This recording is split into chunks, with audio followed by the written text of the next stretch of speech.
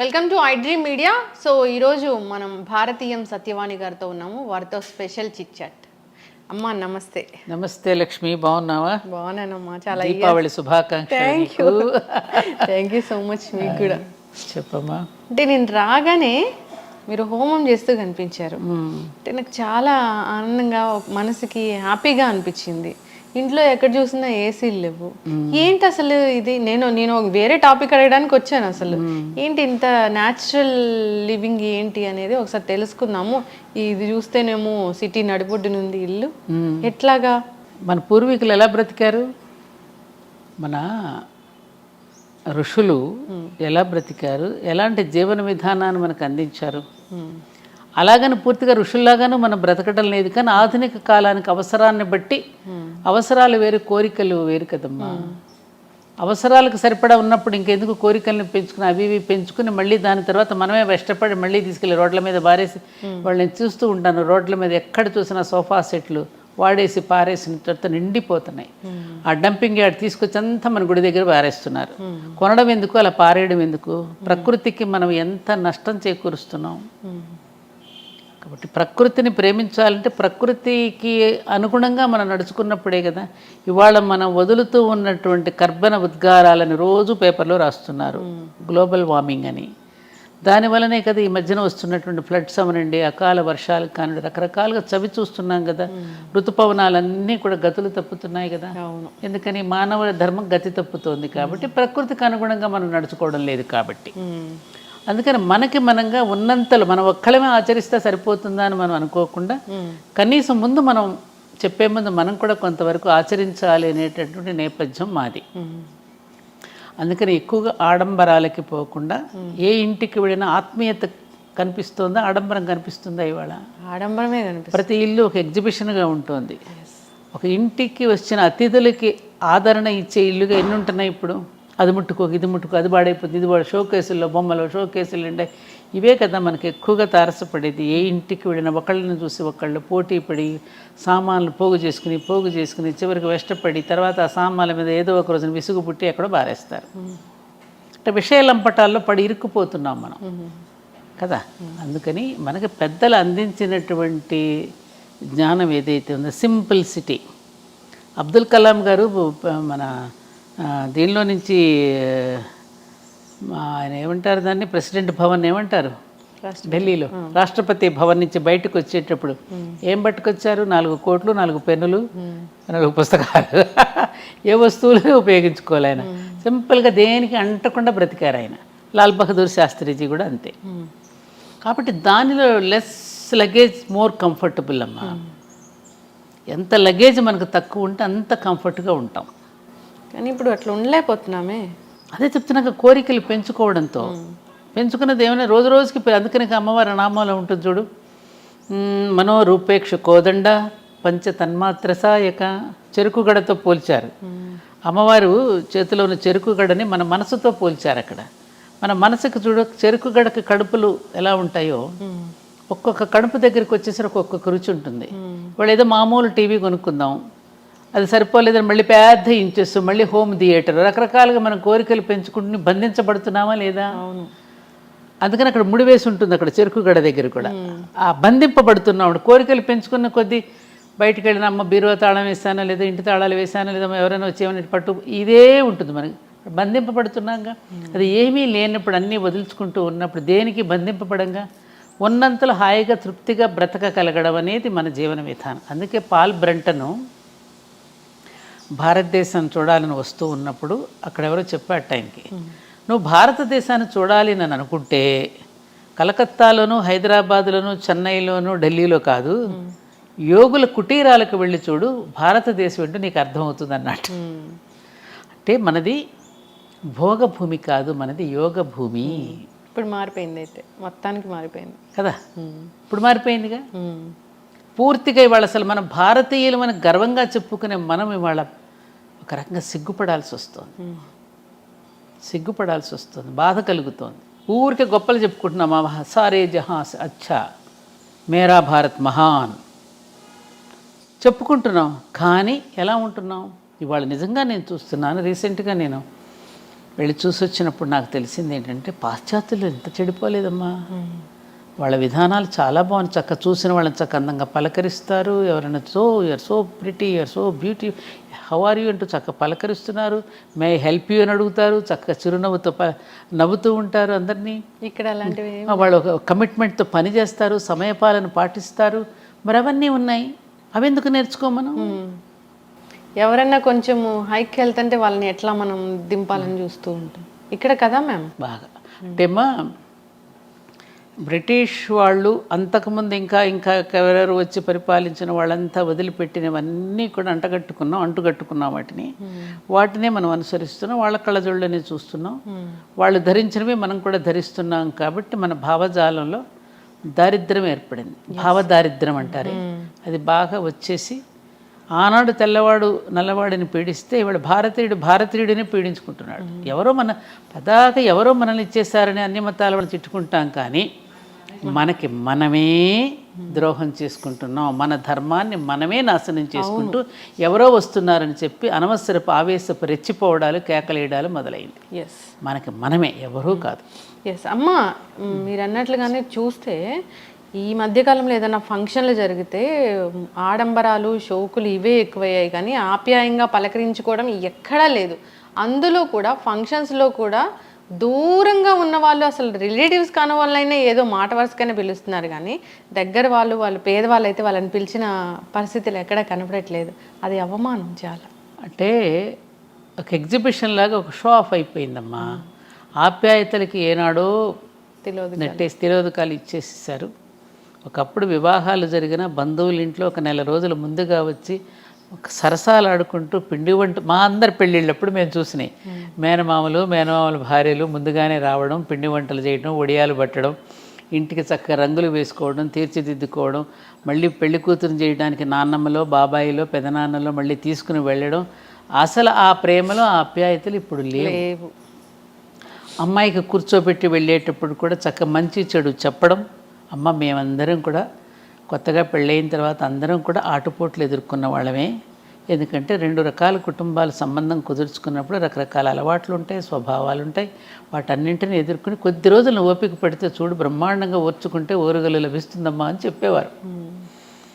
ఇవాళ లేదుగా. ఎంత మటుకు ముందే ఫోటో షూట్స్, డేటింగ్లు, రకరకాలైనటువంటి కొత్త వింతలన్నీ వచ్చేసాయి. ఆ అక్షతలు వేసేటప్పుడు కూడా వెళ్ళిన వాళ్ళు చాలా దూరాల్లో పెట్టేస్తున్నారు కదమ్మా. ఇప్పుడు ఇంకేంటి డెస్టినేషన్ ఏమంటారు, డెస్టినేషన్ వెడ్డింగ్స్. అందుకే మన డెస్టినీ ఇలా తగలబడుతుంది. ఆ డెస్టినేషన్ వెడ్డింగ్స్ అని ఇక్కడ దూర ప్రాంతాల్లో పెట్టడం, అక్కడికి వెళ్ళి 4-5 రోజులు రావడం. అమ్మాయికి అబ్బాయికి చక్కగా ఏది పంచల్ ఫంక్షన్స్ అని హాఫ్ శారీస్ ఫంక్షన్ అని పెడతారు. చివరికి హాఫ్ శారీ వేసుకోదు. ఆ ఫంక్షన్ పెట్టినప్పుడు కూడా మెహందీ ఫంక్షన్స్, కాక్టైల్ పార్టీస్. నువ్వు సంపాదించిన సంపదను ఖర్చు పెట్టడానికి ఎన్ని మంచి పనులు లేవు? అవును, బోలెడు ఉన్నాయి కదా. వాటన్నింటికీ మనసు రాదు. వీటికి మాత్రం విపరీతంగా ఖర్చు పెడితే మిగతా వాళ్ళలో అసూయాద్వేషాలు ఎవరు ప్రబలింపజేస్తున్నారు? మనం కాదా? కాబట్టి ఈ అవలక్షణాలన్నీ కూడా కలియొక్క లక్షణాలమ్మా. ఇవన్నీ కూడా మనకి బాగా ప్రబలుతున్నాయి. ఇవన్నీ కొంత నివారించుకుంటే సమాజం అంతా ఆరోగ్యంగా ఉంటుంది. అయితే మహిళలు తమ ఆరోగ్యం గురించి తాము పట్టించుకోవట్లేదు. కొవ్వొత్తిలాగా కరిగిపోతూ ఉన్నారు, కానీ వాళ్ళ ఆరోగ్యం గురించి పట్టించుకోకుండా ఇంటిల్లిపాది ఆరోగ్యం గురించి పట్టించుకుంటూ ఉన్నారు. ఇప్పుడు రకరకాల క్యాన్సర్లు అనేవి వస్తున్నాయి. ప్యాడ్స్ వాడితే క్యాన్సర్ వస్తుందని చెప్తూ ఉన్నారు. బ్రెస్ట్ క్యాన్సర్ వచ్చింది, అది ఎప్పుడో లేట్ స్టేజ్లో తెలిసింది అని చెప్తూ ఉన్నారు. ఇవన్నీ కూడా ముందుగా గమనించుకునే పరిస్థితి ఉంది ఉమెన్కి. అంటే ఉమెన్ అంటే ఇలాగే ఉండాలా? తన గురించి తాను పట్టించుకోకుండా అందరి గురించి పట్టించుకుంటూ తాను ఇలా కరిగిపోవాలనేది మన శాస్త్రంలో. అమ్మా చాలా వింత ప్రశ్న, తమాషాగా ఉంది. మంచి ప్రశ్నే వేసావు మొత్తానికి. నీకు ఈ విషయం తెలియాలి కాబట్టి. అసలు విమెన్ అనేది తనను గురించి తాను పట్టించుకుంటే సమాజం నిలవదమ్మా. తనను గురించి తాను పట్టించుకోకపోవడమే ఆవిడ గొప్పతనం. విన్నావా? అందుకని ఆరోగ్యంగా జీవించగలుగుతుంది. తనను గురించి తాను పట్టించుకుంటూ ఇతరులను పట్టించుకోకపోవడం వల్ల మానసిక ఆరోగ్యం చెడిపోతుంది. తాను ఎప్పుడూ కూడా ఉదయం లేచిన అందరికంటే ముందు ఎవరు లెగుస్తారు ఇంట్లో? మన అమ్మ. అంతేనా? అందరికంటే ఆఖరిగా పడుకునేది ఎవరు? అమ్మే. ఎవరినెవరిని చూసుకుంటోంది? బిడ్డల్ని, భర్తని, కుటుంబాన్ని అలా పాలించుకోవడంలో వాళ్ళకి ఆనందం ఉంది. ఆవిడ అంటే పూల సంఖ్యలను ఆవిడే వేసుకుంది, ఎవరో వెయ్యలా. పూల సంఖ్యలవి తనకు తానే బంధించుకుంది తనను తాను ప్రేమలో. అటువంటి హార్మోన్స్ స్త్రీకి భగవంతుడు సృష్టికర్తే పెట్టాడు. అలా ఉండాలి. ఆ ప్రేమించకుండా ఉండలేని తనాన్ని, చెయ్యకుండా ఉండలేని తనాన్ని, వండి పెట్టకుండా ఉండలేని తనాన్ని భగవంతుడు స్త్రీకి ప్రసాదించాడు. కాబట్టి ఆవిడ పూజనీయురాలు అయ్యింది, ఆరాధనీయురాలు అయ్యింది. అందుకని స్త్రీలకు పూజ చేశారు, కానీ ఎక్కడన్నా పురుషులకు పూజ చేశారా? సువాసిని పూజ, కన్యా పూజ మన దసరా నవరాత్రులలో పురుషుడికి ఎక్కడ చేయలేదు. ఎందుకని స్త్రీలకు పూజ చేశారు? అందుకని సగటు స్త్రీ ఎప్పుడూ కూడా తన గురించి తాను ఆలోచించుకోదు. ఇప్పుడు చూడు, మేమందరం మాకు అందరూ అలవాటు. ఇంట్లో ఎప్పుడైనా ఆఫీస్ మీదే క్యాంప్ మీద భర్త ఊరెళ్ళాడు అనుకో, తన కోసం తను ఎప్పుడైనా వండుకుంటుందా? ముందే ఆయన లేరు కదా, ఏదో పచ్చడో మజ్జిగో వేసుకుని తినేసి కాలక్షేపం చేసేస్తుంది. ఎవరి కోసం చేస్తుందా వంట? అది బిడ్డల కోసం, భర్త కోసం. అంతే. తనను గురించి తాను అందుకని ఆవిడకి జగన్మాతకి ఉన్న లక్షణాలన్నీ కూడా ప్రతి స్త్రీలోనూ ఉన్నాయమ్మా. స్త్రీ అంటేనే సకారం, రకారం, తకారం, సత్వగుణ, రజోగుణ, తమోగుణాలు 3 సరైన నిష్పత్తిలో ఉంటాయి. మన బిల్డింగ్ కట్టేటప్పుడు సిమెంటు, ఇసుక, నీళ్లు ఏ పాళ్లలో కలిపితే బిల్డింగ్ గట్టిగా ఉంటుందో, ఈ సమపాళ్లలో ఉంచుకోగలిగిన స్త్రీ ఎప్పుడైతే గట్టిగా నిలబడగలుగుతుందో అప్పుడు ఆ కుటుంబం బాగుంటుంది. అంతే. అందుకని ఆవిడ తనని గురించి ఇప్పుడు దేవాలయానికి వెళ్ళినా తన పేరు చెప్పుకోదు చూడు, అక్కడే అర్థమైపోతుంది. పలానా శ్రీనివాసరావు నామధేయస్య తద్ధర్మపత్ని సమేతస్య సహ కుటుంబానా అంటుంది. తన పేరు చెప్పుకుందా? శ్రీమతి అండ్ శ్రీ. కానీ అన్నింట్లోనూ ఆవిడికే పెద్దపీట వేసింది వేదం. భార్యాభర్తలు, పార్వతీ పరమేశ్వర్లు, ఏమ్మా సీతారాములు అనేది మిస్సెస్ అండ్ మిస్టర్ అని. అక్కడ మిస్టర్ అండ్ మిస్సెస్ అంటారు ఆ దేశాల్లో, మనకి శ్రీమతి అండ్ శ్రీ అంటారు. శ్రీవారికి మతి తెచ్చేది ఆవిడే, మతి పోగొట్టేది ఆవిడే, రెండు ఆవిడే. 2 రకాలుగానే ఆవిడే ఉంటుంది. కాబట్టి నువ్వు అనుకున్నట్టుగా స్త్రీ తనను పట్టించుకుంటే కుదరదు. ఇప్పుడు తనను గురించి తాను పట్టించుకుంటున్నారు కాబట్టే బిడ్డలు అనాథలవుతున్నారు. కరెక్ట్. తన ఎంత మటుకు తన షోకులు, తన లైఫ్, తనలాంటి దీనిలోకి పడిపోతుంది కాబట్టి పిల్లలు అనాథలైపోయి పిల్లలు పిచ్చోడైపోతున్నారుగా. తాను కూడా ఒంటరిగా ఇదైపోయి ఆలోచిస్తోంది కదా, మానసికంగా ఒక డిప్రెషన్. అందుకని డిప్రెషన్ నువ్వు రాకుండా ఉండాలంటే స్త్రీ ఎప్పుడు తన పని చేస్తూనే ఉండాలి. ఎప్పుడైతే తను ఒంటరిగా ఉంటుందో, అందరితో కలివిడిగా లేకోకుండా, అప్పుడు ఆవిడ ఒక రకమైన మానసికమైనటువంటి ఒక వ్యాధికి గురైపోతుంది. ఎప్పుడు పనిలో ఉండాల్సిందే. పని ఎప్పుడూ కూడా మీరు అనుకున్నట్టు అనారోగ్యాన్ని ఇవ్వదమ్మా. పని చేస్తూ ఉన్న కొద్దీ ఆరోగ్యం ఉంటుంది. చాలామంది అనుకుంటారు శక్తి ఉంటేనే పని చేస్తాం అనుకుంటాం. కాదు, పని చేస్తూ ఉన్న కొద్దీ శక్తి పెరుగుతుంది, జనరేట్ అవుతూ ఉంటుంది. ఎందుకని నీకు ఎగ్జాంపుల్, ఇప్పుడు మన ఇంటికి కరెంట్ ఎంత తెచ్చుకుంటాం? ఇంటికి సరిపడానే తెచ్చుకుంటాం. ఫ్యాక్టరీకి సరిపడా ఎక్కువ కావాలి కరెంట్. అలాగే మనం బాగా పని చేస్తూ ఉన్న కొద్దీ, ఫ్యాక్టరీ అంత పని చేస్తూ ఉన్న కొద్దీ ఆ మహాప్రాణం నుండి మనకు ప్రాణశక్తి ఎప్పుడు ప్రసారం అవుతూ ఉంటుంది. ఈ సూక్ష్మం తెలిస్తే మనకి నిరంతరం పనిచేసి ఆరోగ్యంగా ఉంటాం. ఇందాక నువ్వు అన్నావు చూడు, తల్లి పిల్లలకి చాలా చిన్నప్పుడే బ్రెస్ట్ క్యాన్సర్స్ ఏమైనా వస్తున్నాయని. బ్రెస్ట్ క్యాన్సర్ రావడానికి అస్సలు కారణం ఏమిటంటే మెయిన్ బిడ్డలకి పాలు ఇవ్వకపోవడం వల్ల. నువ్వు ఎప్పుడైతే తల్లి పిల్లలకి 1 సంవత్సరం పాటు పాలు ఇస్తుందో వాళ్ళకి క్యాన్సర్ రాదు. ఈ మధ్య ఏ తల్లి కూడా బిడ్డలకి పాలు ఇవ్వడానికి ఇష్టపట్టలేదు, బిడ్డలను కనడానికి కూడా ఇష్టపట్టల్లా. అందం పోతుందని, శ్రమ అని, నొప్పులు భరించలేమని, ఓపిక లేదని, ఓర్పు లేదని రకరకాల అద్దె గర్భాలు కూడా తీసుకుని పిల్లల్ని కనేటటువంటి ఒక దారుణమైనటువంటి పరిస్థితికి మనం వచ్చేసాం. అందుకని తనను ఆ పని చేయడం వల్ల ఆమె ఆరోగ్యం చెడిపోవటంలా, మనం అనుసరిస్తున్న విధానాల వల్ల ఆరోగ్యం చెడుతోందేమో తప్ప, ఆమె నిరంతరము పని చేస్తూ ఉన్న కొద్దీ ఆవిడ ఆరోగ్యవంతంగా ఉంటుంది. మానసికంగా కూడా ఆవిడ ఆనందపడుతుంది. ఆనందమే ఆరోగ్యం. అంటే మేమంతా అలా చేసుకున్న వాళ్ళమేగా. మా అమ్మలో మా అత్తగారులు వాళ్ళందరూ కూడా నిరంతరం బిడ్డల కోసం, భర్త కోసం పని చేసి వాళ్ళందరూ అలసిపోయి అలసటలోనే ఒక ఆనందాన్ని పొంది పనిలోనే విశ్రాంతిని పొందిన వాళ్ళు. ఇవాళ ఏది ఇప్పుడు చేస్తున్నటువంటి ఆధునిక యువతలు చేసే ఉద్యోగాలు కొంత స్ట్రెస్కి గురవుతున్నారు. మన ఇంట్లో మనం చేసుకుంటామమ్మా, చేసుకున్నంతసేపు చేసుకుని కాసేపు విశ్రాంతి కావాలంటే మనం విశ్రాంతి తీసుకుంటాం. అదే నువ్వు మరొకరి దగ్గర పని చేస్తున్నప్పుడు నీకు దొరకదు కదా అది. అప్పుడు నువ్వు స్ట్రెస్ ఫీల్ అవుతావు. మీరు చేసే పని కూడా ఎప్పుడు కూడా ఒకలాంటి ఒక రేడియేషన్ దగ్గర పనిచేస్తున్నారు. ఇప్పుడు ఎక్కువగా సాఫ్ట్వేర్ ఉద్యోగాలు అలాగే కెమెరాస్ ముందు చేసేటప్పుడు తప్పనిసరిగా ఆ రేడియేషన్ వల్ల మీకు ఒక ఇరిటేషన్ వస్తుంది.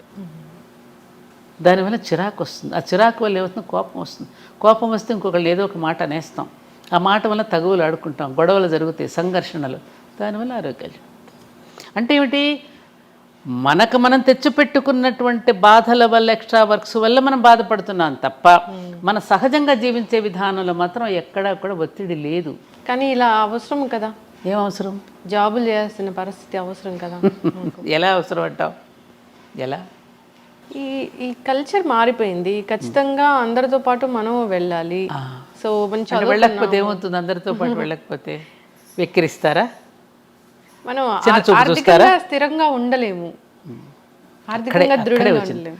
ఇందాక నేను చెప్పాను చూడము, ఆర్థికంగా స్థిరంగా అంటే ఒకప్పుడు పురుషుడు సంపాదించి బయట పని చేసుకుని వస్తే స్త్రీ ఇంట్లో కష్టపడేది. ఆయన వచ్చేసరికి ఇంట్లో కష్టపడేది. ఈ రెండు ఆయన బయట కష్టపడితే ఇప్పుడు ఇంట్లో కష్టపడిన కుటుంబాలన్నీ ప్రశాంతంగా వెళ్ళిపోయాయి. ఇప్పుడు ఎప్పుడైతే ఇద్దరం కష్టపడదాం బయటకు వెళ్ళిపోయానని అనుకున్నప్పుడు ఏమవుతుంది, పిల్లలు నలిగిపోతున్నారు. అవునా కదా, అవునా కదా. మరి పిల్లల్ని స్కూలుకు పంపాలి. మరి ఇంటా బయట కూడా నెగ్గుకు రాగలిగిన సామర్థ్యం ఎంతమందికి ఉంటుంది? బయటకు వెళ్తే కొన్ని అవమానాలు ఉంటాయి, ఆఫీస్కి వెళ్తే. పైగా ఆడపిల్లలకి బయటకు వెళ్ళినప్పుడు రకరకాలైనటువంటి అవమానాలు ఉంటాయి, రకరకాల సమస్యలు ఉంటాయి, సమాజం రకరకాలుగా చూస్తుంది, రకరకాలుగా దాడులు ఉంటాయి. నేను నోరు విప్పి చెప్పనక్కర్లేదు మీకు ఇవన్నీ.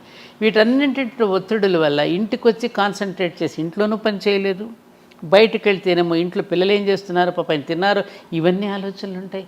అప్పుడు మానసికంగా ఒత్తిడికి గురవుతుంది. ఎందుకంత ఒత్తిడికి గురవ్వాలి? ఉన్నంతలోనే తృప్తిగా బ్రతుకుదామండి అనేటువంటి రోజులు పోయాయి. ఇప్పుడు మనం ఉన్నంతలోనే తృప్తిగా బ్రతుకుదామండి. తలంబరాలు పోసుకునేటప్పుడు అదేగా ఒప్పందం చేసుకున్నాం మనం.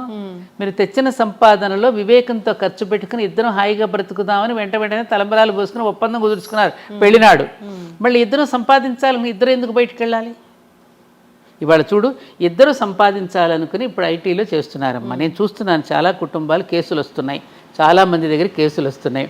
ఇద్దరు తగులు ఆడుకోవడమే, నాది సంపాదన నీది సంపాదన. ఆ ఈవీఎంలు కట్టుకోలేక వాళ్ళతో పోటీపడి కారులు కొని మళ్ళీ బంగళాలు కొనుక్కుని రకరకాలుగా ఈవీఎంలు కట్టుకోలేక మళ్ళీ చిరాకు పడి గొడవ పడి రకరకాలుగా డైవర్స్ దాకా వెళ్ళిపోతుంది చివరికి. ఇవన్నీ వాస్తవాలా కాదా? వాస్తవం. నేననేది ఏమిటంటే, ఎవరో ఏదో అనుకుంటారని, మన డబ్బులు లేకపోతే, మన బంగళాలు కారులు లేకపోతే మనల్ని చిన్నచూపు చూస్తారేమోనని అనే దాంట్లో నీ జీవితం నలిగిపోతుంది కదా అంటున్నాను నేను. ఎందుకు చక్కని చదువులు అందించాలని వెళ్తున్నారేమో. ఏది చక్కటి చదువు? కాన్వెంట్లోనా? అది చక్కని చదువు అని ఎలా అంటే, వాడు ఏసీ రూమ్ పెట్టేసి ఒక మంచి బ్యాన్ పంపించేసి వాడు మంచి బుద్ధులు నేర్పిస్తున్నాడని నమ్మకం మీకుందా? ఉంటే ఇలా ఎందుకు ఉంటుంది సమాజం? నువ్వు చదువుకుంటున్నావుగా, నువ్వు కూర్చుని ఎందుకు చెప్పుకో? నీ బిడ్డలకు నీ చదువు, నువ్వు బాగా నీ బిడ్డలకు చదువు చెప్పుకుంటావని కదా నిన్ను చదివించింది. నువ్వు వాళ్ళని ఎవరో వదిలేసి నువ్వు ఎక్కడికో పోవడం ఎందుకు? మరి నీ పిల్లలకి ఎవరు పట్టించుకుంటారు? మా అత్తగారు అంటూ ఉండేవాళ్ళు ఎప్పుడు, నీ ఒంటి మీద బట్టలు మీకు నీకు శ్రద్ధ లేక చాకలికి వేస్తే అంత శ్రద్ధగా ఎందుకు ఉతుకుతాడే అనేది. ఆమెకు ఎవరో చెప్పారు, మా అత్తగారు ఎప్పుడు నాతో అనేది. మన బిడ్డల మీద మనకు శ్రద్ధ లేకపోతే బయట వాళ్ళకి ఎందుకు ఉంటుందమ్మా? మహిళకి ఆర్థిక స్వాతంత్రం అవసరమే కదా మ్యామ్. మరి ఎప్పుడు ఉందమ్మా? అసలు ఈ దేశంలో స్త్రీకి ఉన్నంత ఆర్థిక స్వాతంత్రం ఏ దేశంలో ఏ స్త్రీకి ఏ రకమైన స్వాతంత్రము లేదు. కొంతమంది చేసినటువంటి దాని సమాజానికి మొత్తానికి మనం కట్టొద్దు. అసలు తీసుకొచ్చి ఆవిడ చేతికే ఇస్తాడన్నీ. మా అమ్మలందరూ బ్రహ్మాండమైనటువంటి వాళ్ళ బడ్జెట్ కానీ వాళ్ళ ప్రణాళిక కానీ వాళ్ళు ఎంత బాగుండేవారు వాళ్ళందరూ. ఏముంది వాళ్ళ దగ్గర? వాళ్ళేం బయటికి వెళ్ళి ఉద్యోగాలు చేయలేదే. పండగలకు బట్టలు కొనే దగ్గర నుంచి మనకు చేసేటువంటి పిల్లలకు నగలు చేయించే దగ్గర నుంచి అందరూ ఆర్థిక స్వాతంత్రం స్త్రీలదే. స్త్రీ చేతికే ఇచ్చాడు, స్త్రీ నిండా దింపుతున్నాడు. పురుషుడు సంపాదించింది నువ్వు నగలు పెట్టుకుంటున్నావు, పట్టుపట్టు చీరలు కట్టుకుంటున్నావు అంటే ఎవరు తెచ్చింది? అదంతా పురుషుడు సంపాదించి తెచ్చి నీ ఒంటి నిండా నింపడంలా. అండర్స్టాండింగ్, అహంకారం, నేను నాది అనేటటువంటిది ఎప్పుడైతే వచ్చిందో అప్పుడు ఈ ఘర్షణలన్నీ వస్తున్నాయి. మనది, ఇది మన కుటుంబం, మన సంసారం, మనం ఆలోచించుకుందామని అనుకున్నప్పుడు గొడవలు రావు. అందుకనమ్మా స్త్రీ తనను గురించి తాను ఏనాడు పట్టించుకోదు. అది ఎవరో పట్టించుకోవాలని కూడా తాను ఎప్పుడు ఇందాక చెప్పిన పూల సంకెళ్ళు తానే వేసుకున్నది. ఆవిడకి అందులో ఆనందం ఉంది, తినిపించడంలో, వండి పెట్టడంలో. చూడు, ఎవరింటికన్నా వెళ్ళి నువ్వు గబుక్కుని పరిగెత్తేది ఎవరి ఇంటికి బంధువులు వస్తే, అన్నయ్య గారు అలా కూర్చోండి, మీరు పేపర్ చూస్తూ ఉండండి, చిట్టిక్కలు చేసుకొస్తానని చేయి గడుక్కుని గబగబా తను తినే ఆహారం కూడా అక్కడ వదిలేసి గబగబా వంట చేసి పట్టుకొస్తుంది.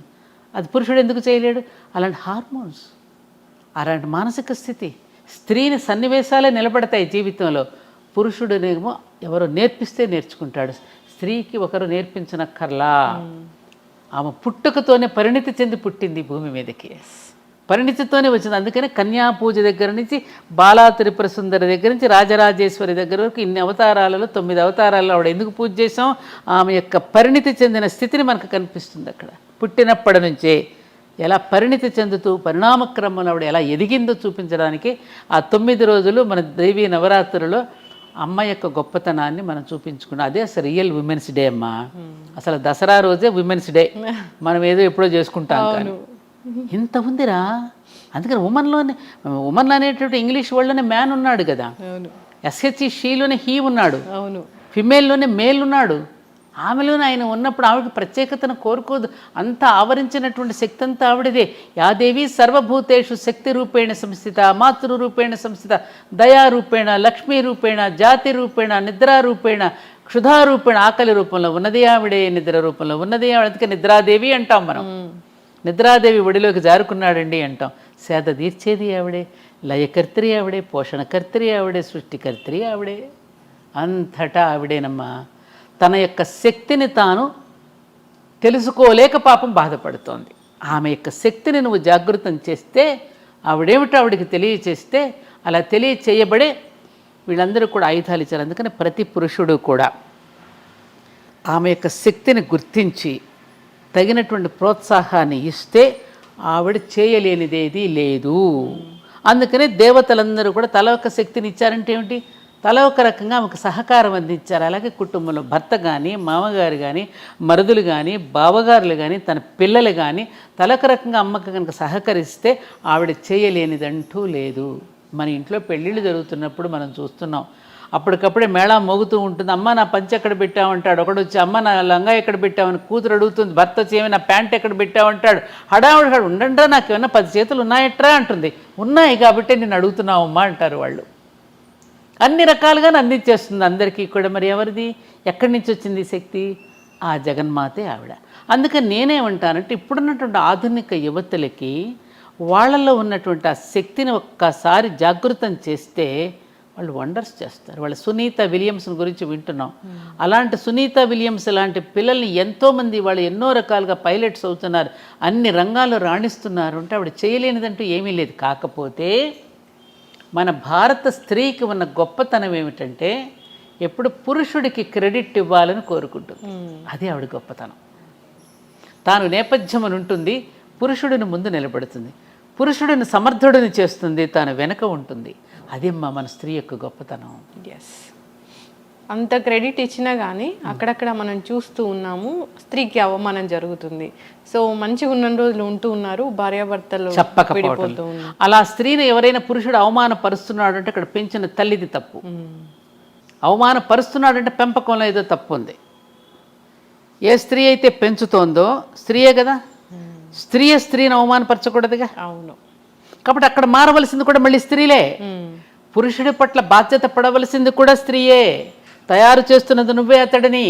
కాబట్టి అతడు ఏదైనా తప్పు చేస్తున్నాడు అంటే అది ఎక్కడ మనలోనే తప్పు ఉన్నది. You have to agree. నువ్వే కదా నేర్పిస్తున్నావు పుట్టినప్పటి నుంచి వాడికి. అంటే భర్త భార్యకు విడాకులు ఇస్తే తల్లిదే తప్పు అమ్మా చెప్పాలి వాడికి. అంటే వాడిని పరివర్తన తీసుకొచ్చి మార్చాల్సింది తల్లే కదా. తల్లి తండ్రి విలువలతో పెంచాలి కదా. ఒరే తప్పురా, నువ్వు మంత్రపూర్వకంగా స్వీకరించావు ఆనాడు, తప్పు ఇలా చేయి అని చెప్పి అతనిలో పరివర్తన తెచ్చుకోవడానికి ప్రయత్నం చేయాలి తప్ప ఠకీమని చిన్న చిన్న కారణాలకి ఆ విధంగా విడిపోయి ఇవాళ వివాహాలు చేసుకోవడానికి భయపడే పరిస్థితి వచ్చింది. వివాహాలు చేసుకోమంటున్నారు. లివింగ్ టుగెదర్ అనేటువంటి ఒక దరిద్రపు కల్చర్ వచ్చేసింది. ఒకటని కాదు, 60 ఏళ్ల తర్వాత భార్యను వదిలేసి 30 ఏళ్ల యువతితో ఉంటున్న వాళ్ళని చాలా మంది చూసాము. అంటే ఆ యువతలు ఎలా వస్తున్నారు అనేది కూడా అర్థం కాని పరిస్థితి. వస్తలేదు. అదే మారిపోయింది. అంటే సమాజంలో వ్యక్తుల యొక్క మనసులో రకరకాలుగా వచ్చినవి. కాలం అదే, కాలంలో మార్పు రాలి. అందరూ కాలాన్ని నిందిస్తున్నారు. కాలం అదే, కాలం అదే, సూర్యుడు అదే, చంద్రుడు అదే, గాలి అయ్యే పంచభూతాలు. మారింది నువ్వు. అనవసరపు కోరికలు పెంచుకుని ఒకరితో ఒకటి కంపేర్ చేసుకుని, కంపారిజన్ బాగా ఎక్కువైపోయింది. ఆ కంపారిజన్తో రకరకాలుగా వేషభాషల్లో వేసుకుంటున్నటువంటి మార్పులు మనసులో రావటల్లా. అందుకే మన భర్తృహరి లాంటి వాళ్ళు ఎటువంటి పద్యం, వాగ్భూషణం భూషణం అన్నారు. ఏవి నీకు ఆభరణాలు? మంచి గుణాలే ఆభరణాలు. ఒక మంచి మాట కానీ, ఒక చక్కగా మాట్లాడటం కానీ, పెద్దలను గౌరవించడం కానీ, చెప్పిన మాటకి వినయంగా వినడం కానీ. ఎందుకని కరువు అవుతుంది? స్కూల్ ఎడ్యుకేషన్లో చెప్పరు. మోజు పెంచుకున్నాం, మనం పరాయి భాష మీద మోజు పెంచుకున్నాం, పరాయి దేశాల మీద మోజు పెంచుకున్నాం. మనదైనటువంటి కల్చర్, మన ఋషుల యొక్క సంతానం. మనం వేరే దేశాలకి మన దేశానికి తేడా ఉంది. ఋషులు మనకి ఏదైతే చెప్పారో వాటిని మనం ఆచరించటం అనేది మన పూర్వీకుల నుంచి మనకు వచ్చింది. అదే మనం ఆచరిస్తూ వచ్చినంతకాలం జీవితాలు చాలా బాగున్నాయి. అది వద్దనుకున్నాం కదా. ఋషులు ఎవరు? వాళ్ళకే తెలియదు. రామాయణం తెలియదు, భారతం తెలియదు, భాగవతం తెలియదు, ఉపనిషత్తులు అంటే ఏమిటో తెలియవు, శతక పద్యాలంటే ఏమిటో తెలియవు, నీతి వాక్యాలంటే ఏమిటో తెలియవు. మరి ఏం చేస్తారు? నీతి వాక్యాలు తెలియనప్పుడు బూతులే మాట్లాడతారు. అవును. కనీసం నేను పిల్లల్ని క్వశ్చన్ చేస్తున్నాను, ఏం చదువుతున్నావు నాన్న? 6th అంటాడు. కనీసం వాక్యం కూడా పూర్తి చేయడు. 6th 7th అంతే. 6th క్లాస్ చదువుతున్నాను నాన్నమ్మ అని కూడా అన్నాడు. పూర్తిగా ఆ మాటకు కూడా వాడికి బద్ధకమే. ఇవి ఉన్నాయి కదా చేతిలో. పిల్లలు నేర్పారు. తప్పురా, పెద్దవాళ్ళతో అలా మాట్లాడకూడదు, నిండుగా చక్కగా నమస్కారం చేసుకుని చక్కగా చెప్పాలని ఎవరు చెప్తున్నారు? పెద్దవాళ్ళు. ఇలా పోతే ముందు ముందు అసలు ఏం జరుగుతుందో.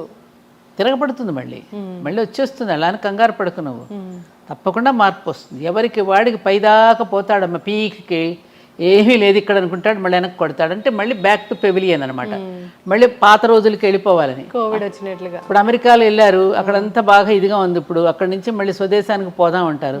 స్వదేశానికి ఇట్లా పట్టణాల్లో ఉన్న వాళ్ళందరూ ఇరుకుని పడి ఇక్కడ ఏం బాగాలేదండి, మన పల్లెటూరికి మనం పోదాం అనుకుంటారు. ఆ రోజులు వస్తాయి. నేను చెప్తున్నాను కదా, మళ్ళీ పల్లెలకు వెళ్ళిపోయే రోజులు వస్తాయి. పట్టణాల నుంచి, విదేశాల నుంచి మళ్ళీ స్వదేశానికి వచ్చే రోజులు వస్తాయి. సైకిల్ అమ్మ ఇదంతా ఒకలాంటి సృష్టి యొక్క పరిణామంలో ఇక జరగదేమో అనిపిస్తుంది, కానీ జరుగుతుంది.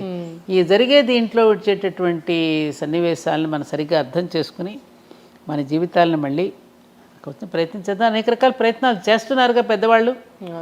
తప్పకుండా వస్తుంది. మనం నిరాశపడకుండా వెళ్ళాలి. ఇన్నేళ్ళ జర్నీ మీది. అసలు మార్నింగ్ నుంచి ఈవినింగ్ వరకు అసలు మీ లైఫ్ స్టైల్ ఎలా ఉంటుంది? ఏం తింటారు? ఎన్ని గంటలు నిద్రపోతారు మీరు? నాకు ఈ మధ్యన కొంచెం కరోనా వచ్చిన తర్వాత కాస్త హెల్త్లో చిన్న చిన్న మార్పులు వచ్చాయి. సడన్గా బీపీ డౌన్ అవ్వటం, పెరగడం. మెడిసిన్స్ ఏం పెద్దగా వేసుకొని మార్నింగ్ ఒక థైరాయిడ్కి ఒక 25 ట్యాబ్లెట్ మాత్రం వేసుకుంటాను, 20 mg. ఇంకా వేరే మాత్రలు ఏమీ లేవు. ఎక్కువ సమయం నేను కొంచెం ధర్మపురి క్షేత్రంలో అప్పుడప్పుడు అక్కడికి వెళ్ళి కార్యక్రమాలు నిర్వహించుకోవడం. ఎక్కడైనా విద్యార్థులు స్కూల్స్కి కాలేజెస్కి పిలిస్తే ఎక్కువగా అప్పుడు నా ప్రయాణం అంతా విద్యార్థుల మధ్యనే కదా, అలా వెళ్తూ ఉండేదాన్నమ్మ. ఎప్పుడన్నా కాసేపు కూర్చుని మాట్లాడటం, ఏదైనా మంచి మాటలు వినడం, చదువుకోవటం, ఇట్లాగే నా కాలక్షేపం. ఆహారపు అలవాట్లు చాలా సింపుల్. మార్నింగ్ ప్రొద్దున్నే లేవగానే కొంచెం పూజ, చిన్న హోమం చేసుకుంటాను. తర్వాత కొంచెం ఇడ్లీయో ఉప్మాసం, చిన్న అల్పాహారం తీసుకుంటాను. మళ్ళీ మధ్యాహ్నం భోజనం, మళ్ళీ సాయంకాలం అల్పాహారం. ఒక్కొక్కసారి ఉదయం తినకపోతే సాయంత్రం మళ్ళీ అల్పాహారం. నాకు భోజన వేళల్లో కరెక్ట్ వేళలంటూ ఉండవు. అది కొంచెం ఆ డిసిప్లిన్ లేదు. ఎప్పుడెక్కడ వెళ్ళొస్తుంటాను కదమ్మా, టైం కానీ టైం. బయట ఎక్కడ తినను. ఎంత లేట్ అయినా ఇంటికి వచ్చే భోజనం చేస్తా. ఫంక్షన్స్కి వెళ్ళినా పెద్దగా భోజనం చేయను ఎక్కడ. ఇంటికే వచ్చి పెరుగన్నమో, ఆవకాయ పచ్చడి అంటే బాగా ఇష్టం. ఆవకాయ పచ్చడి, పెరుగన్నం ఇష్టపడతా. అంతే. ఎప్పుడైనా మీకు కోపం వచ్చిందా? ఎందుకు రాదు? కోపం వేరు, క్రోధం వేరురా. కోపం అనేది షార్ట్ డిసీజు, క్రోధం అనేది లాంగ్ డిసీజు. కోపం అనేది కోపం రావాలి. కోప్పడ్డారండి అని ఎందుకంటే మందలించటం రావాలి కదా. పగలు ఉండవు, పగ ఉండదు, వాళ్ళ మీద క్రోధం ఉండదు. తప్పు చేసినప్పుడు కోప్పట్టం అనేది ఉంటుందిగా, కోపం వస్తుంది అవసరానికే. అంతేగా చీటికి మాటికి కోపాలు తెచ్చుకోవడం. వీలున్నంత వరకు అందరినీ ప్రేమగా ఆదరిస్తాను, ప్రేమగా పలకరిస్తాను. ఈ కుటుంబం అంతా నాదే అనే ఫీలింగ్ నాకు ఉంటుంది, జగమంతా కుటుంబం నాదే అనేటటువంటి ఫీలింగ్తో మా అమ్మగారికి ఉండేది, నాకు కూడా అదే వచ్చింది. అందరినీ ప్రేమించే హృదయం, ప్రేమతో ఉంటాను వీలైనంత వరకు. ఎవరి మీద, ముఖ్యంగా నాకు భగవంతుడు ఇచ్చిన పెద్ద వరం, ఎవరి పట్ల నేను ఎక్కడ అసూయ చెందను. అందరూ బాగుంటే చూసి ఆనందపడుతూ ఉంటాను.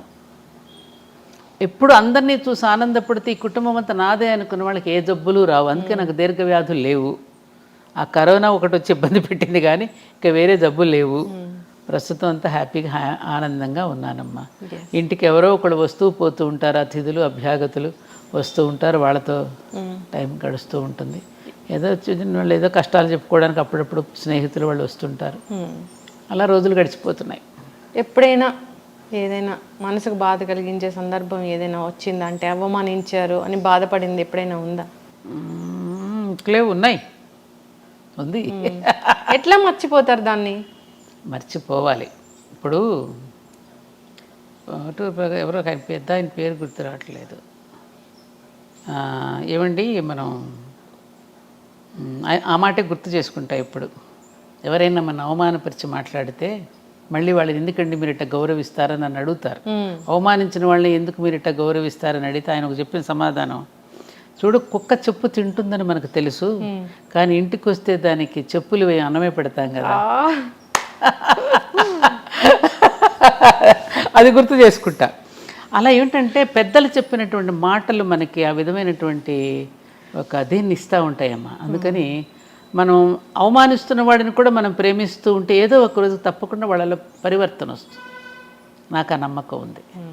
అందుకని అది ప్రతి మనిషి జీవితంలో అవమానాలు పడని వాళ్ళు ఎవరు? ఇంకొకటి ఏమిటంటే మా మాస్టర్ గారు ఎప్పుడనేవారు, నిన్ను పరిహసిస్తున్నవాడు అవమానపరుస్తున్నవాడు కూడా పైవాడేనని తెలుసుకో. అంటే భగవంతుడే. ఎందుకని నువ్వు ఎంతవరకు నిలబడగలవో నిన్ను కుదిపి చూస్తున్నాడని అర్థం చేసుకో. కాబట్టి పరిహసిస్తున్నవాడు కూడా పైవాడే. ఇలాంటివన్నీ మనకు గుర్తొచ్చాయనుకో మనల్ని మనం తట్టుకోగలుగుతాం. మనల్ని మనమే ఇట్లా తట్టుకుంటాం. కొంచెం ఓపిక పట్టు. ఇంకొకటి కూడా ఉంది, రుద్రాధ్యాయంలో మనం చెప్పేటప్పుడు జంబే దదామి అని వస్తుంది ఆఖరిలో. మనం తప్పు చెయ్యకపోయినా మనల్ని అవమానిస్తూ ఉంటారు, నిందిస్తూ ఉంటారు కదా, అలాంటి వాడిని జంబే దదా శివుడి నోట్లో వేసేయమన్నాడు. ఆ మంత్రం అనాలా? అట్లా మంత్రం ఉంది అధ్యాయంలో, పూర్తి మంత్రం నేను సడన్గా గుర్తు రావట్లేదు కానీ ఆఖరిలో జంబే దధామి అని అంటాడనమాట. నేను తప్పు చెయ్యకపోయినా నన్ను అవమానించాడు అనుకో, ఇంకా నేనేం చేస్తాను? మన పెద్దవాళ్ళు వాడు పాపం వాడే అనుభవిస్తాడులే అంటాం కదా, అలా అనమాట. జంబే దధామి. నిజంగానే అనుభవిస్తారా? ఎప్పుడో డెఫినెట్గా ఈ మధ్యకాలం కొంచెం తొందరగా పెంచాడు. ఆయనకు కూడా బాగా ఎక్కువైపోయినాయి కేసుల పైన. అందుకని ఈ మధ్య నాకు కొంచెం చిత్రగుప్తుడికి చెప్పినట్టున్నాడు, రే చాలా పేరుకుపోతున్నాయి, సుప్రీంకోర్టులో కూడా అలా కేసులు తొందరగా క్లియర్ చేస్తే బాగుండు. ఇక్కడ చేయటం లేదు కానీ పైవాడు మాత్రం ఈ మధ్యన కొంచెం వేరే సెక్షన్ పెట్టి ఇప్పటికిప్పుడే అనుభవించేటట్టు చేస్తున్నాడు. ఈ చోట కర్మ, ఈ చోట ఈ రోజే చేస్తున్నాడు. మొదలు పెట్టాడు కొంచెం అక్కడ కొత్త జీవో పెట్టాడు యమధర్మరాజు కూడా. కర్మలు చేసే వాళ్ళు కూడా నిజంగా వెనకాడకుండా ఏమవుతుంది చేస్తే. ఇంకా ఇదొకటి ఉంది, చెడ్డ పనులు చేసిన వాళ్ళకే మంచి జరుగుతుందని, మంచి చేసే వాళ్ళకి ఎప్పుడు కష్టాలు ఉంటాయని. అంటే ఈ పరిపాలిస్తున్నది కలిపురుషుడు కదమ్మా. ఇప్పుడు కలిపురుషుడు చెడ్డవాళ్ళకి బాగా దోహదం చేస్తాడు, చెడు పనులు చేయటానికి మరింతగా దోహదపడతాడు కలి. ఇప్పుడు కలిపురుషుడు పరిపాలనలో ఉన్నాం మనం, ఇది కలియుగం కదా. మంచి వాళ్ళందరికీ ఒకటేం చెప్పాడు, భగవన్ నామస్మరణ. మంచి వాళ్ళ జోలికి రాలేడు కలిపురుషుడు. అట్లాగే నిబద్ధతతోనూ అలాగే నియమనిష్టలతో ఉన్నవాడిని కలి దరికి కూడా చేరలేడు. సీతాదేవి కనుక గడ్డి పరక వేస్తుంది చూడు, రావణాసురుడు తన దరికి చేరకుండా. అలా ఆ మంత్రం ఏదైతే ఉందో ఇప్పుడు ఆమె రాముడిని స్మరిస్తూ ఉంటుంది కదా సీతమ్మ, అందుకని గడ్డి పరక అడ్డం పెడుతుంది. అలాగే ఎప్పుడు కూడా భగవన్నామ స్మరణలో ఉన్నటువంటి వాళ్ళని కలిపురుషుడు ఏమీ చెయ్యలేడు. అందుకని కలవు కేశవ కీర్తన, కలియుగంలో ఒక్క భగవన్నామ స్మరణ ఒక్కటే శరణ్యం మనకి. అలాంటి భగవన్నామ స్మరణలోనూ భగవత్ సేవలో ఉన్న వాళ్ళని కలి దరికి చేరలేడు. అందుకని అలా మంచి వాళ్ళందరికీ భగవంతుడు ఉంటాడు. కాబట్టి దయచేసి మనం ఎక్కడా కూడా నిభాయించుకునే ఉండాలి తప్ప చెదిరిపోయి అయ్యో వాళ్ళలాగా కూడా మనం అయిపోతేనే బ్రతకగలమని అనుకోకూడదు. ఇప్పుడు మీకు ఎగ్జాంపుల్, కౌరవుల పక్షాన ఎంతమంది ఉన్నారు? సైన్యమంతా నారాయణ సేన దగ్గర మొత్తం కౌరవుల పక్షానేగా ఉంది. పాండవులు అనే 5గురు పక్షాన ఎవరున్నారు? భగవంతుడు ఒక్క కృష్ణుడు అనేవాడే ఉన్నాడు. చివరికి గెలిచింది ఎవరు? పాండవులేగా. నీతిగా నిజాయితీగా పాండవుల్లాగా బ్రతికితే శ్రీకృష్ణుడు అనేవాడు మన పక్కన ఉంటాడు. ఈ ధైర్యంతో మనం బ్రతికేస్తే ఎప్పటికైనా విజయం మంచి వాళ్ళకే. అది ఆ తత్వం మనకు బోధపడాలి అంటే సద్గోష్ఠి, సద్గ్రంథ పఠనము, సత్సాంగత్యము, సత్పురుషుల యొక్క కలయిక ఇవన్నీ ఉంటే ఆ ధైర్యంతో మనం బ్రతికేస్తాం. ఉన్నంతలో హాయిగా బ్రతకగలమమ్మ మనం. 1 ఎకరం పొలం పెట్టుకుని, ఒక ఆవునో ఒక గేదెనో పెట్టుకుని ఇంత కూరగాయల దొడ్లోనే పండించుకున్న జీవితాలు ఎంతమంది బ్రతకలా మన పూర్వీకులు. ఇప్పుడు కూడా మనం బ్రతకగలం. పల్లెలన్నీ వదిలేసి వచ్చేసాం, పొలాలన్నీ ఎవరికో ఇచ్చేసాం, పొలాలన్నీ ప్లాట్లు వేసేస్తున్నారు, పాటలు పడుతున్నారు. మరి మన జీవన విధానం మార్చుకోకుండా కష్టాలు ఎవరో పెడతాం ఏంటమ్మా? కష్టాలు మనకు మనం తెచ్చుకుంటున్నాం తల్లి. తృప్తి అనేది మన జీవితాలకి లేకపోవడం వల్ల వస్తున్న తిప్పలే ఇవన్నీ. తృప్తిగా మనం బ్రతకగలం. 4 చీరలు పెట్టుకుని కూడా హాయిగా బతకగలం. వెనకటి రోజుల్లో కట్టుడు చీరలు 2, దాపుడు చీరలు 2 ఉండే. ఎక్కడైనా ఫంక్షన్కి వెళితే అమ్మనో ఏమన్నాడు కట్టుకుని వెళ్ళారు. పిల్లలకి పెళ్లి కూతుర్లు చేస్తే కూడా పాత వాళ్ళ చీరలు కట్టి పెళ్ళిళ్ళు చేశారు. ఆ నగలు కూడా పెద్దవాళ్ళు ఎవరైనా పెట్టి చక్క పని కానిచ్చేసేసి కాపురాలు హాయిగా నిలబడ్డాయి. ఇప్పుడు పెళ్లి చీరే లక్షల్లో కడుతున్నారు. ఆడపిల్ల తల్లిదండ్రులకి అప్పులే మిగులుతున్నాయి. అది జీవితాంతం తీర్చలేనప్పుడు ఇంటి నిండా ఆ పెళ్లి ఆల్బమ్లు ఉంటున్నాయి. మళ్ళీ రెండో పెళ్లి కుదిర్చి ఈ ఆల్బమ్లు ఎక్కడ తయాలో అర్థం కావట్లేదు. వాడు ఎప్పుడైనా చూశాడంటే మళ్ళీ వాడి మనసు ఏమవుతుందో, ఈ అమ్మాయి ఆల్బమ్లు చూసి వాడేమనుకుంటాడో అని ఆల్బమ్లు దాయలేక తెస్తున్నారట ఇప్పుడు. మొత్తం డీరైల్ అయిందంటాం చూడమ్మా. మొత్తం జీవితం పట్టాలు తప్పిపోయిందమ్మా. మానవ జీవితం పట్టాలు తప్పిపోయి జీవిందని ఏడిస్తే ఏం లాభం? నువ్వు మళ్ళీ పట్టాలకు ఎక్కువ పెద్దలు చెప్పిన బాటలోకి మళ్ళీ వెళ్ళు, అప్పుడు నీ జీవితం బాగుంటుంది. ఖచ్చితంగా మన రూట్స్ మనం వెళ్ళాలి. పైగా జీవన విధానం ఎలా ఉంటే బాగుంటుందో అని చెప్పినటువంటి పుణ్యభూమి, జ్ఞానభూమి మన దేశమే. విశ్వగురు స్థానంలో ఉండి ప్రపంచానికి తెలియజేసింది. చాలామంది అవి తీసుకుని ఆచరిస్తున్నారు విదేశాలలో. మనం ఆచరించటలా. మనలాగా తిండిని పోగు చేసుకుని పిల్లల కోసం ఆస్తులు పెట్టి అట్ట చేయరు అక్కడ దేశాల్లో. ఉన్నంతలో పని చేస్తారు, వీకెండ్స్కి వెళ్తారు, ఎంజాయ్ చేస్తారు, చక్కగా పద్ధతిగా పని చేస్తారు, చక్కగా అందరినీ పలకరించుకుంటారు, హ్యాపీగా ఉంటారు వాళ్ళు. అందులో కొన్ని వాళ్ళు తీసుకుని ఆచరిస్తున్నారు, హ్యాపీగా ఉన్నారు కదా వాళ్ళంతా. ఇప్పుడు మన దాంట్లోకి వచ్చేస్తున్నారు. ఇస్కాన్కి వెళ్ళండి, జగన్నాథ రథయాత్రలు పాల్గొంటున్నారు, బ్రహ్మాండంగా సంగీతాలు పాడుతున్నారు, డాన్సులు వేస్తున్నారు. శ్రీకృష్ణ మనం కూడా చదవనంత అందంగా రుద్ర నమ్మక చమకాలు చదువుతున్నారు. భారతీయతను ప్రేమిస్తున్నారు ప్రపంచ దేశాలలో. ఆనాడు వివేకానందుడు చెప్పినటువంటి వాణి ఇంకా ఆగలదు, ఇంకా మొగుతూనే ఉంది ప్రపంచ దేశాల భారతదేశం యొక్క గొప్పతనాన్ని. మరి మనం ఎందుకు తెలుసుకోవటం? చిన్న చిన్న దానికి తగువలు, మత గొడవలు, కుల గొడవలు ఏమిటివన్నీ? కులాల మధ్య మతాల మధ్య చిచ్చు పెట్టుకుని మనం ఇప్పుడు ఈ మధ్య మళ్ళీ స్టార్ట్ అయింది. ఒకటమ్మా, ఏం చెప్తున్నాడు అనుకున్నప్పుడు ధర్మం గుర్తుకొస్తుందమ్మా. ఎవరు చెప్తున్నారు అన్నప్పుడు మతం గుర్తొస్తుంది. అలా వ్యక్తుల పేర్ల మీద మతాలు పెట్టేసి మధ్యలో చిచ్చులు పెట్టేసి ఎవరి ఇంటర్ప్రిటేషన్స్ వాళ్ళు ఇచ్చేస్తున్నారు, ఎవరి నిర్వచనాలు వాళ్ళు చెప్పేసి గందరగోళం సృష్టించేస్తున్నారు. ఏం చెప్పాడు అనేది ధర్మం, ఎవరు చెప్తున్నారు అన్నప్పుడు మతం పుట్టింది. మనది సనాతన ధర్మం, ఎటర్నల్ ధర్మ. అది సృష్టిలో ఉన్న ధర్మమే మానవ ధర్మం. ఈ మనిషి అనేవాడు విశ్వానికి ఒక నమూనాగా నిలిచాడు. విశ్వంలో ఏదుందో మానవుడి దేహంలో కూడా అదే ఉంది. బ్రహ్మాండంలో ఏదుందో పిండాండంలో అదే ఉంది. ఆ బ్రహ్మాండానికి పిండాండాన్ని శృతి కలుపుకొని జీవిస్తే నీ జీవనం బాగుంటుంది అని ఒక ముక్కలో చెప్పారు. దీనికి ఇన్ని గ్రంథాలు అక్కర్లేదు, ఇంత థీసిస్లు అక్కర్లేదు, ఇన్ని పిహెచ్డీలు అక్కర్లేదుగా. దీనికి ఎవరి నిర్వచనాలు వాళ్ళని చెప్పేసేసుకునేసరికి రకరకాలు పుట్టేసి అబ్బో నానా గందరగోళంగా ఉంటుంది. ఇప్పుడు టెంపుల్స్ ధ్వంసం చేసేంతవరకు వస్తుందిగా. వచ్చేస్తా పిచ్చి, ఎవరికి వాళ్ళు చేసేసుకోవటం. ఎవరు చేస్తున్నారో తెలియదు, ఎందుకు పుట్టిస్తున్నారో తెలియదు. అథవా ఎందుకని ఈ సనాతనం అనేటటువంటి ఎటర్నల్ ధర్మ, ఈ వేదం అనేది అపౌరుషేయం. ఇది ఎవరు సృష్టించింది కాదు, ఎవరు రాసింది కాదు, వ్యక్తులతో వచ్చింది కాదు. ఇది ఎప్పుడు సనాతనమే. ఇది ఎవరు ధ్వంసం చేయగలిగింది కాదు అసలు. హిమాలయాలను ఎవరైనా పెకలించి వేయగలరా? అలాంటిదే ఇది కూడా, ఎవ్వరూ పెకలించలేరు. అలాంటి సనాతనమైన నిత్యనూతనమైనటువంటిది ఈ ధర్మాన్ని ఎవరు ఏం ఇవన్నీ మనుషులు చేసే పిచ్చి కోతలు, పిచ్చి మాటలే తప్ప ఎవరు ఏం చేయలేరు దీన్ని. అటు నుంచి ప్రపంచం మొత్తం ఇటువైపుకు చూస్తోంది. ఇప్పుడు ఇక్కడ మనం కొట్టుకుంటున్నాం. ఈ సమయంలో వాళ్ళు మనల్ని ఇదేంటి మనమందరం అటు వెళ్ళి ఇదే నేను అమెరికా వెళ్ళినప్పుడు ప్రిన్స్టన్ యూనివర్సిటీ, ఐన్స్టీన్ అక్కడే కదా, ప్రిన్స్టన్ యూనివర్సిటీకి ప్రొఫెసర్ డాక్టర్ బిఎం గుప్తా గారు వెళ్ళినప్పుడు ఐన్స్టీన్ కలవడానికి వెళ్ళాట. ఐన్స్టీన్ కలవడానికి వెళ్ళినప్పుడు ఐన్స్టీన్ని సంస్కృత భాషలో ఆహ్వానించాడు. ఆహ్వానిస్తున్నప్పుడు పాపం ఈయనకి ప్రతిస్పందన చెప్పలేకపోయాడు సంస్కృతంలో. ఆయన ఆశ్చర్యపోయి భారతదేశంలో నుంచి సంస్కృతానికి మూలమైనటువంటి భారతదేశం వచ్చినటువంటి మీరు సంస్కృతంలో మాట్లాడలేకపోవడం ఏమిటి? రండి, నా లైబ్రరీలో అన్ని సంస్కృత గ్రంథాలు ఏమున్నాయి, భగవద్గీత ఉంది, వాటిని బట్టే కదా నేను ఇవన్నీ కూడా కనుగొనగలిగానని అన్నాడట. అట్లా ఇవాళ ప్రపంచ దేశాలన్నీ కూడా భారతదేశాన్ని కొనియాడుతూ మేము అన్ని సనాతన ధర్మమైన గ్రంథాల నుంచి తీసుకునే బాగుపడ్డామని వాళ్ళే చెప్తున్నప్పుడు మరి మనం ఇక్కడ ఇలా కొట్టుకుంటుంటే ఎలా ఉంటుంది? అవును. న్యూటన్ ఏమన్నాడు?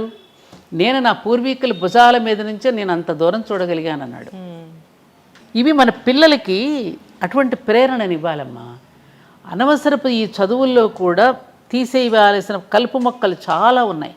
ఆ కలుపు మొక్కలన్నీ ఏరేస్తేనే ఈ విద్యార్థి అనే వృక్షం బాగా ఎదుగుతుంది. ఆ విద్యార్థి అనేటటువంటి మొక్కను ఎదగాలి అంటే ఆ చుట్టూ వేసే ఎరువు ఎటువంటిదై ఉండాలి?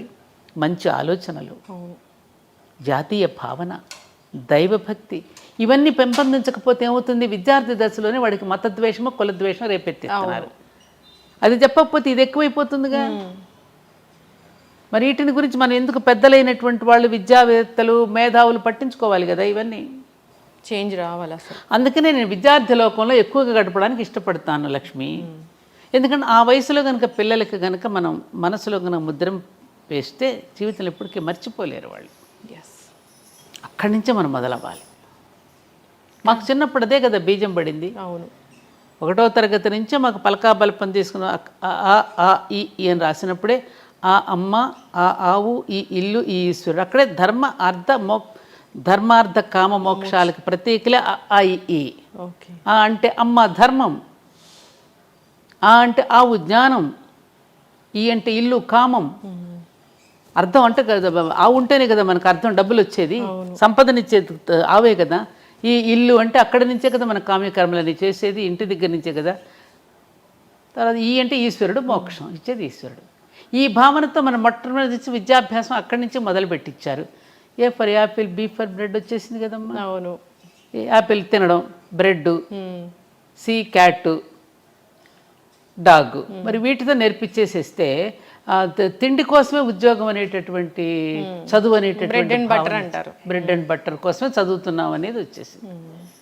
కాబట్టి వాళ్ళెవరో అంటగట్టి వెళ్ళిపోయినటువంటి వాటిని ఎప్పటికైనా తుడిచిపెట్టి మనదైనటువంటి విధానం, మన ఋషులు ఏదైతే ఇచ్చారో ఆ విధానాన్ని మనం అనుసరించి ఇకనైనా మనం మారితే, ఇకనైనా మారుదాం, యుగం మారుతుంది. అంటే మనం మారుదాం, యుగం మారుతుంది. ఖచ్చితంగా మార్పు అనేది. సాదాగా జీవిద్దాం, ఉన్నతంగా ఆలోచిద్దాం. అందరం యోగులు కానక్కర్లా, నిరుపయోగులు కాకుండా ఉంటే చాలు అనేది మన ఎజెండా. ఖచ్చితంగా మ్యామ్. చివరిగా ఒక ప్రశ్న, అంటే ఇప్పుడు ఉన్న ఆహారపు అలవాట్లు చూస్తే పిజ్జా, బర్గర్, మొత్తం జంక్ ఫుడ్, లేదా ఆన్లైన్ ఆర్డర్లో మిడ్ నైట్ బిర్యానీలు అన్నీ తింటూ ఉన్నారు. అసలు వీటన్నిటిని చూస్తే ఏమనిపిస్తుంది మీ మనసులో? ఇప్పుడు పిల్లలు తల్లిదండ్రుల మీద తిరగబడుతున్నారు, ఉద్రేకాలు. వాళ్ళకి వెంటనే ఇన్స్టెంట్గా వాళ్ళకి ఇవ్వకపోతే పేరెంట్స్ని తిట్టడము, పేరెంట్స్ మీద తిరగబట్టని చూస్తున్నాగా. అవును. కారణం ఏమిటి? ఎవరో చేసినటువంటి పదార్థాలు, రకరకాల ఆలోచనలతో చేసినటువంటి వంటకాలు, తినకూడనటువంటి ఎప్పుడెప్పుడో నిలవ ఉన్న పదార్థాలు, బ్యాక్టీరియా ఇచ్చిన పదార్థాలు అర్ధరాత్రి పూట తింటున్నారు. అర్ధరాత్రి ఎవరు తింటారు? రాక్షసులు తింటారు, నిశాచరులు అంటారు. అప్పుడు రాక్షసులు సంచరించేటటువంటి సమయం. అప్పుడు తీసుకునేటువంటి ఆహారం ఏమవుతుంది? మన ఆహారం, తినే ఆహారం మన మనసుకు చేరుతుంది. మనం తినే ఆహారం మనసుకు కూడా చేరుతుంది. సంబంధం ఉంది మనసుకి తినే ఆహారానికి. అందుకని మనం తినే ఆహారాల వల్ల మన ఉచ్చారణలో దోషాలు వస్తాయి, భావనలో దోషాలు ఉంటాయి, ప్రవర్తనలో దోషాలు కూడా ఉంటాయి. అందుకని మన పూర్వీకుల ఆహారపు వేళ యుక్తాహార విహారస్య అని భగవద్గీతలో చెప్పినట్టు ఆహార విహారాదులలో కూడా ఎటువంటి జాగ్రత్తలు వహించాలో శ్రీకృష్ణుడు భగవద్గీతలో చెప్పాడు కదా. మరి చెప్పినప్పుడు రోజు వింటున్నాం కదా, ఆ భగవద్గీతను ఎవరైనా చచ్చిపోయినప్పుడు పెట్టి వింటున్నాము. మరి అందులో ఉన్నటువంటి దీనిని మనం ఎవరైనా తల్లిదండ్రులు చెప్పాలి కదా. తల్లిదండ్రులు చెప్తే పిల్లలు వింటలేదండి అంటే వినకపోవడానికి కారణం ఏమిటి? ఏ పిల్లల లంచ్, నాకు టీచర్స్ చెప్తారు, నేను స్కూల్స్కి వెళ్తాను, ఏ పిల్లల లంచ్ బాక్స్ చూసేసినా ఏంటంటారు దాన్నమ్మా, మ్యాగీయా, నూడిల్స్, ఇవి నూడిల్స్ ఇట్లాంటివే తప్ప మన సంప్రదాయపు వంటకాలు ఏ లంచ్ బాక్స్లోనూ ఉండవండి అంటే ఒక టీచర్ ఒక స్కూల్కి వెళ్ళినప్పుడు చూపించింది నాకు. తినట్లేదు. మాకు చిన్నప్పుడు పెరుగన్నము, పచ్చడి, వెన్న పూస పెట్టేవారు. వెన్న దేనికి? ఇంద్రియాలను నిగ్రహిస్తుంది. శ్రీకృష్ణుడు వెన్న దొంగిలించాడు ఎందుకు? ఆయన అస్కలిత బ్రహ్మచారి. వెన్న తినడం వల్ల మన ఇంద్రియ నిగ్రహం ఉంటుంది. వెన్నకు అంతటి గొప్ప శక్తి ఉంది వెన్నకి. అట్లా తినేవాళ్ళం. చద్ది అన్నంలో ఎన్ని పోషక విలువలు ఉంటాయో రాజీవ్ దీక్షిత్ గారు 2 గంటల ఉపన్యాసం చెప్పాడు ఆయన. అట్లా తిని పెరిగిన వాళ్ళమే. మరి ఇవాళ పిల్లలకి ఎటువంటి ఆహారం పెడుతున్నాం, ఆహారాన్ని బట్టి వాళ్ళకి లక్షణాలు వస్తున్నాయమ్మా. అందుకని ఈ స్విగ్గీలు, జొమాటోలు ఎప్పుడెప్పుడు తీసుకొచ్చి నిలవ పెడుతున్నారు. ఈ మధ్యన చూస్తున్నాం రకరకాల, ఎందుకంటే రోజు రోజుకి అదే ఆర్డర్ ఇస్తూ ఉంటే ప్రొడక్షన్ కూడా తగ్గినప్పుడు వేరే వేరే కుక్క మాంసాలు కలపచ్చు, ఏ మాంసాలు కలుపుతున్నా మనకు తెలియదు కదా. ఇక భగవంతుడికి పెడుతున్నప్పుడు ఇక వీళ్ళకి పెట్టడంలో ఇంక దోషం ఏముంటుంది? ఆలోచించండి. వాడిది వ్యాపార దృష్టి, అమ్మది ప్రేమ దృష్టి. అమ్మ ఇచ్చే కాఫీకి హోటల్ వాడిచ్చే కాఫీకి తేడా లేదు. హోటల్ వాడిది వ్యాపార దృష్టితో ఇస్తాడు కాఫీ నీకు. అమ్మ ఇచ్చే కాఫీ కానీ, అమ్మ ఇచ్చే పాలు కానీ, అమ్మ పెట్టే అన్నంలో ప్రేమ ఉంటుంది. ఆ ప్రేమతో పెట్టిన అన్నం వలన నీకు ఆరోగ్యం ఉంటుంది, నీ ఆలోచనలో కూడా ఉంటుంది. అమ్మ ఏ ఆలోచనలతో వంట చేస్తుందో ఆలోచనలు అన్నంలో కూడా ఉంటాయి. ఇది కథ ఉన్నది మనకి.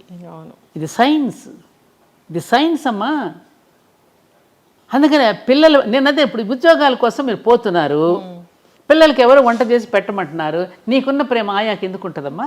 ఆయా ఎందుకు పెడుతుంది? వాడి నోట్లో పెట్టకుండా తన నోట్లో పెట్టుకుంటుంది. దేనికి సంపాదన? ఎవరి కోసం? ఆ పిల్ల అడిగింది కదా, పని మనిషి మీద, అమ్మ నువ్వు తాళాలు పని మనిషికి ఇచ్చేళ్ళు, బంగారం పని మనిషికి ఇచ్చే, నేను స్కూల్ నుంచి వచ్చేసరికి ఫంక్షన్కి వస్తానంటే తాళాలను బంగారం పని మనిషికి ఎట్లా ఇస్తాను, నీకేం బుద్ధి లేదా అని అడిగితే తల్లిని, మరి అయితే నన్ను ఎందుకు నా ఆయాకి అప్పగిచ్చి వెళ్తున్నావు అంటే ఆ బంగారం కూడా విలువ లేదన్నా నేను. మంచి క్వశ్చన్. అవునా కదా? ఇప్పుడు వాళ్ళు ఆయాలకి ఇస్తున్నారు, రేపు వీళ్ళని ఓల్డ్ ఏజ్ హోమ్స్లో వేస్తున్నారు. తప్పలేదు కదా. అదే ఇందాకన్నా కర్మఫలం ఉంటుంది. నువ్వు స్కూల్లో కుక్కేసేసి నువ్వు ఎప్పుడైతే ఆయాలకు అప్పచెప్పావో నేను పెద్ద అయినా తీసుకెళ్ళి ఓల్డ్ ఏజ్ హోమ్లో పెడతారు. తప్పేముంది, వాళ్ళదేం తప్పలేదుగా.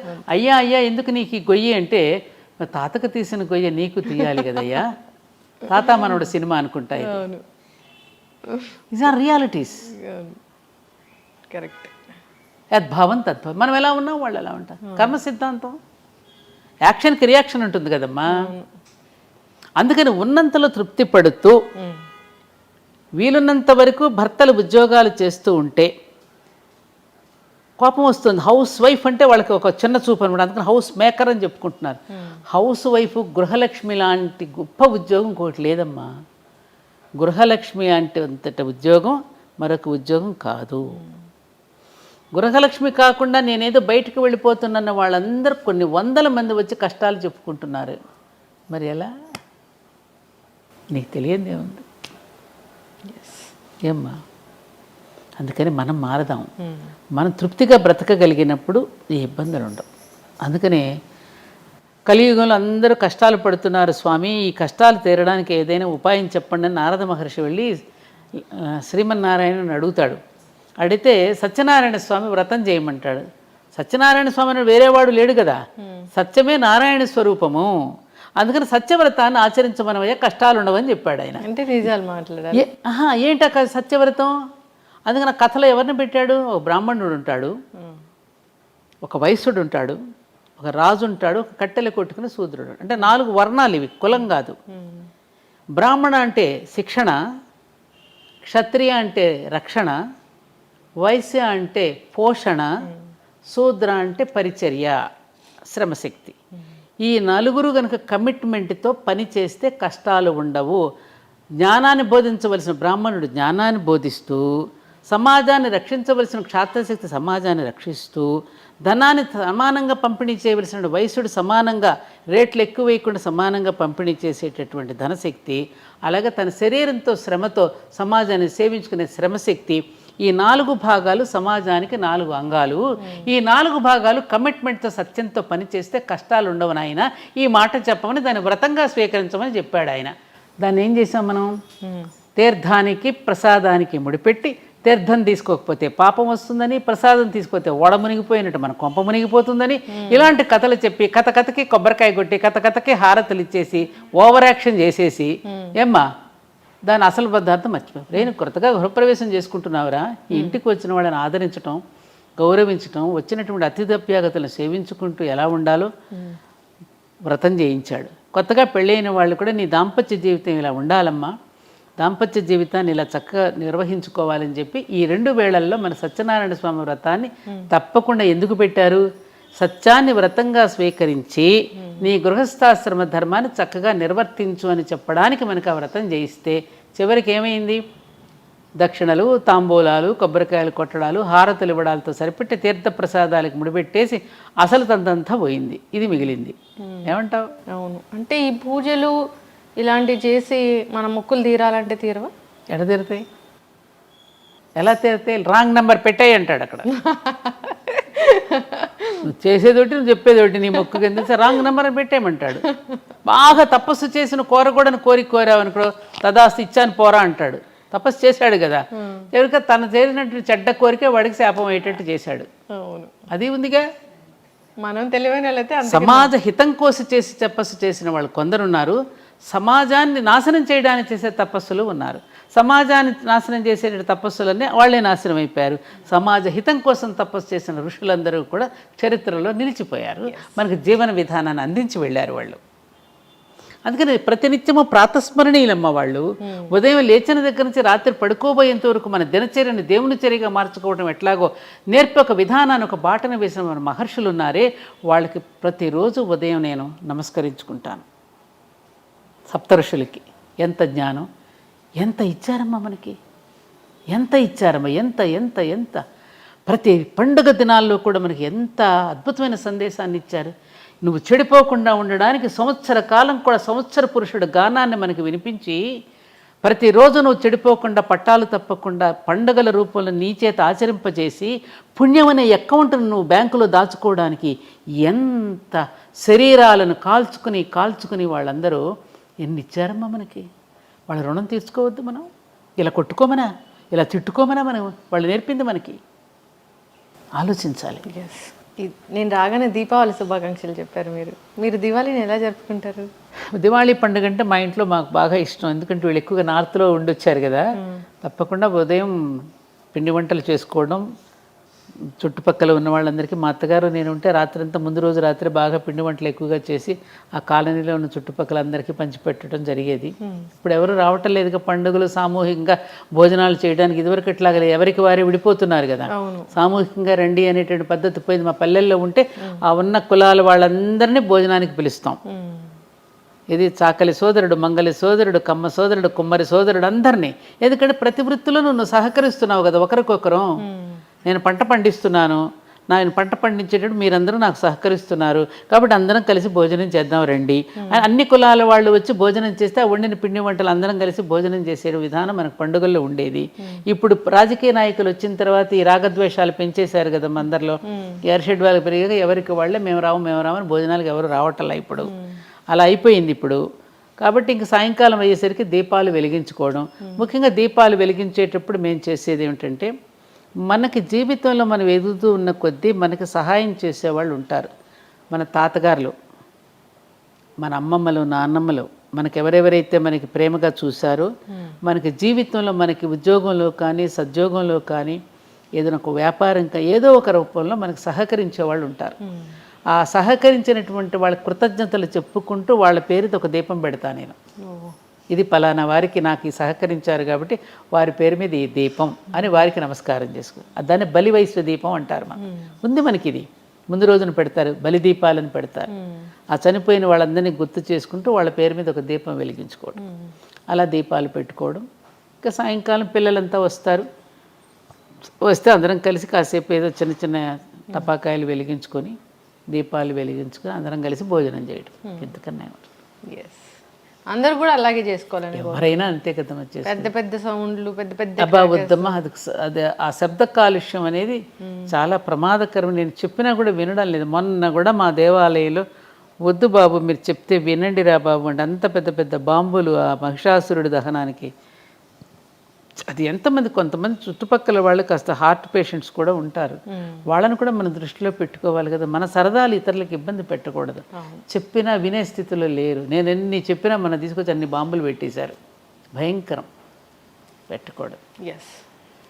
విష్ణు చక్రాలు, భూచక్రాలు, తారాజువలు, మతాబులు, చిచ్చుబుడ్లు అవి ఇష్టం, కళ్ళకు చూస్తానికి ఆనందంగా ఉంటాయి. అలాంటివి వెలిగించుకుంటే బాగుంటుంది. ఖచ్చితంగా అమ్మ, చాలా చక్కటి విషయాలు చెప్పారు. ఆచరించాలని కోరుకుందాం, అందరూ హాయిగా ఉండాలని కోరుకుందాము. సో ఇంకా నాకు చాలా డౌట్స్ ఉన్నాయి. ఈ సిరీస్ అనేది కంటిన్యూ చేయాలని నేను కోరుకుంటున్నాను. మీరు నాకు ఆచరిస్తున్నారు లేదు, ఇంకా సమాజంలో చాలామంది ఇంకా అటువంటి వాళ్ళు ఉన్నారు కాబట్టి ఇంకా సమాజంలో మనం బ్రతకగలుగుతున్నాం. లేరని నేను అనడంలా, ఉన్నారు ఇంకా ఎందుకంటే ఈ దేశం చెడిపోతే ప్రపంచానికి దిక్కు ఉండదు. అందుకని ఏ కొంచెం చెడు వచ్చినా కూడా ఆందోళన పడతాం మనం. ఈ మాత్రం చెడు కూడా భరించలేదు ఈ దేశం. ఇది ఆర్యావర్తనం అనే పుణ్యభూమి. ఆర్యావర్తనం అంటే ఏమిటి? ఆర్యులంటే వేరే ఎవరో కాదు, శ్రేష్ఠులు. శ్రేష్ఠులందరూ పుట్టినటువంటి భూమి ఇది. ఆర్యులందరూ వర్తించిన భూమి అంటే శ్రేష్టమైనటువంటి ఒక నోబుల్ పర్సన్స్ వర్తించినటువంటి భూమి. కాబట్టి ఇటువంటి భూమిలో చెడు అనేది ప్రవేశిస్తే ఇది ప్రపంచానికి కూడా మంచిది కాదు. ప్రపంచానికి కూడా దిక్సూచి మనమే కాబట్టి, ప్రపంచానికి కూడా జ్ఞానాన్ని అందించిన జ్ఞానభూమి కాబట్టి, ఆ మాత్రం చెడు వచ్చినా భరించలేనటువంటి భూమి కాబట్టి ఇలా ఆందోళన పడుతున్నాం. కానీ ఇంకా ప్రపంచంలో చాలామంది మంచి చేస్తున్నారమ్మా. మానవత్వం అనేది మహానుభావుడు. మన నిజంగా నేను అశ్రుతర్పణం నీ ఛానల్ ద్వారా టాటా గారు